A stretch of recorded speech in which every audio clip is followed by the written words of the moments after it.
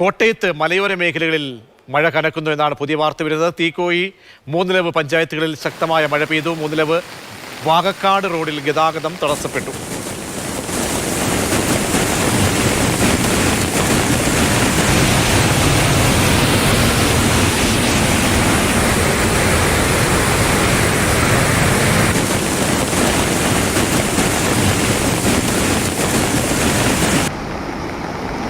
Shinoj S T ചേരുന്നുണ്ട് വിവരങ്ങൾ നൽകാൻ. ഷിനോജി, എത്ര നേരമായി ഈ പ്രദേശങ്ങളിൽ മഴ തുടരുന്നുണ്ട്? ഏതൊക്കെ സ്ഥലങ്ങളിലാണ് കനത്ത മഴ? മറ്റെന്തെങ്കിലും നാശനഷ്ടങ്ങൾ?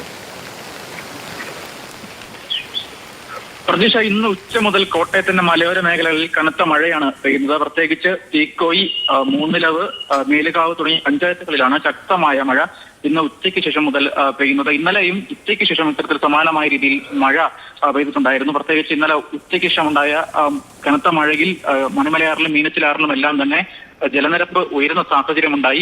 ഇന്നലെ ഒരാൾ ഒഴുക്കിൽപ്പെട്ട് മരിക്കുന്ന സ്ഥിതിയുമുണ്ടായി. അത്തരത്തിൽ വലിയ രീതിയിലുള്ള അപകട സാധ്യതകളും ഒക്കെ നിൽക്കുന്ന ഒരു മേഖലയിലാണ് ഇത്തരത്തിൽ കനത്ത മഴ ഇപ്പോൾ പെയ്തുകൊണ്ടിരിക്കുന്നത്. മീനച്ചിലാറിനെയും മണിമലയാറിനെയും ഒക്കെ കൈവഴികളിലെല്ലാം തന്നെ ജലനിരപ്പ് ഉയരുന്നുണ്ട്. പാലാ, ഭരണങ്ങാനം, കിടങ്ങൂർ മേഖലകളിലും ഇപ്പോൾ കനത്ത മഴയാണ് ഇപ്പോൾ കഴിഞ്ഞ 1-2 മണിക്കൂറുകളായി ഇപ്പോൾ പെയ്തുകൊണ്ടിരിക്കുന്നത്.